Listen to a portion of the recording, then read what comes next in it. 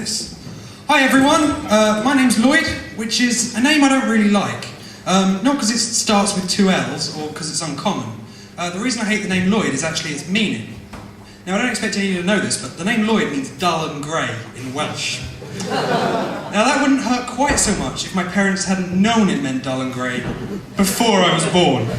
They had their firstborn child in their arms and thought, yeah, dull and grey suits this one. Who here is in a relationship?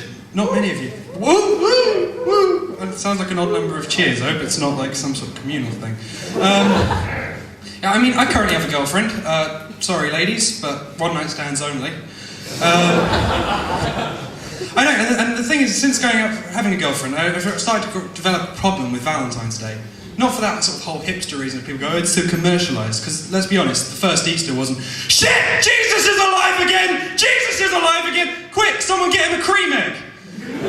You know, no, I mean, the problem I've got with Valentine's Day is, well, see, my girlfriend and I have just celebrated our third Valentine's Day together. And I didn't expect it to last that long. You know, most of my girlfriends, they'll move away, or they'll get bored, or, you know, they'll buy curtains.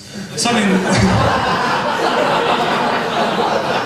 that kills a relationship. And so, for our first Valentine's Day, I thought, you know what, I'm going to go all out. I got her a cruise along the River Thames, I got her flowers, took her for a meal. Then for the grand finale, it was an evening ride on the London Eye. So London was lit up, it was beautiful.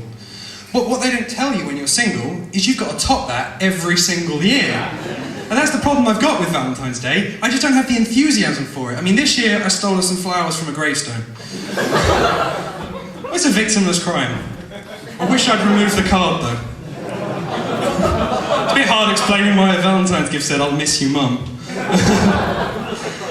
The other thing about a relationship, I've put on a relationship gut. You know, where you start to put on a bit of like weight since you've been dating. And it's got to the point where I decided I'd start going to the gym. And I haven't been that much. Because it's quite a scary experience to you. Because I mean, prior to this, the sort of closest I got to that gym experience was, you know, that reach you do when the remote's just too far away. And I mean, even then, I'd still spend most of my time watching Hollyoaks because I couldn't be bothered to get up. And I'm a lazy person, that's why the gym terrifies me.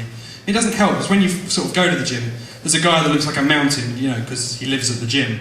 And you know, what he does is go, what are you here for? And I'm supposed to sort of give him my card, say the gym, and then it's the sort of social dance we do. But the first time I went to the gym, I didn't know this. So I got there, and I don't know if it was the fact it was an early morning, or it was the sort of nervous of talking to a guy with muscles the size of my head. But when he went, what are you here for? The first thing I said was, to look sexy! I know. Unfortunately, he remembers this. So now every time I go to the gym, I get, hey, sexy. But so I started to get my own back, you know, in the sort of way, the only way you can with a guy who can crush you like a paper cup. You know, what I'll do is now I'll wait outside the front of the gym until someone else is about to go in as well, and I'll go in with them. So when I get my hey sexy, I sort of just tap them on the shoulder. I think he's talking to you. Just fuck him up a bit. And when I do finally get upstairs to the gym, you know, there's all those little different machines. There's like the runny ones and the bikey ones, and you know, see, I go a lot, you can tell. And you know, there's the ones that look like weird sort of sex swing style things. And everyone's so passive aggressive and competitive at the gym. I mean, things I've got quite a shit body. Because you know, when I was a teenager, I didn't really care. I'd eat whole McDonald's meals, like, you know, the large ones with the free cheeseburger you get. You know, I'd eat whole pizzas, and then like half an hour later, I'd have, you know, lunch. And that's the thing. I didn't even stop eating like a normal person. You know, for me, being full was when I hated myself. That was being full for me. And so you know, I still complain about having like a shit body. But you know, can you imagine explaining that to some sort of poor, you know, family in a poverty-stricken country that I've eaten so much that I now have to exercise so that I can continue to eat so much shit food but not die. It's a crazy thing, because we're really privileged to live in this country. And you know, we seem to think like our problems are the worst in the world, you know. You get people complaining about queues and theme parks. Or I mean, and you know, that most of the world don't get that experience. You know, they're born, they work, they die. That's it. That's as good as it gets for them. And the thing is, and there's other things like, I can't be bothered to walk around the corner to get my shopping. I'll get it delivered online. You know, there's kids in some countries that walk like 20 miles for water. I mean, and I can't be able to go around the corner for their shopping. I mean, they should probably move closer to the water, but they still walk 20 miles.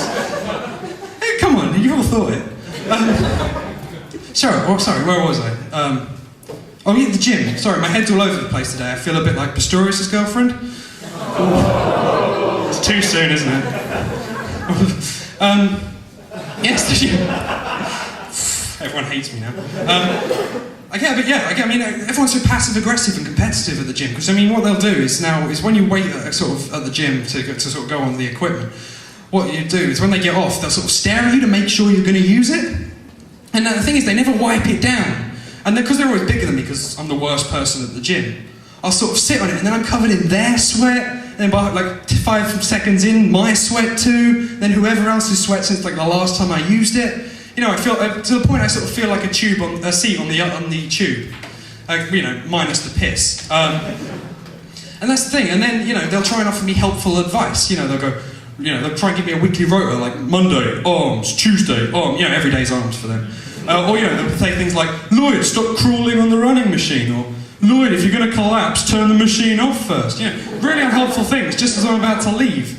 And then after that, you know, you've still got to do the warm down, which is the worst thing in the world, isn't it?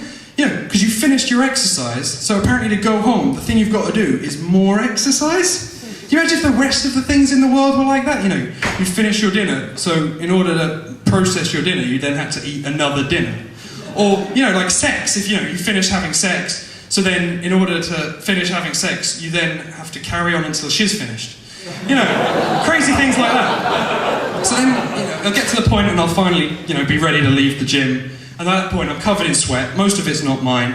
And I'm sort of training along, you know, I'm pale, dragging my arms, dragging my legs. And then every time as I get to that door, I just hear, "Oi, do you feel sexy yet?"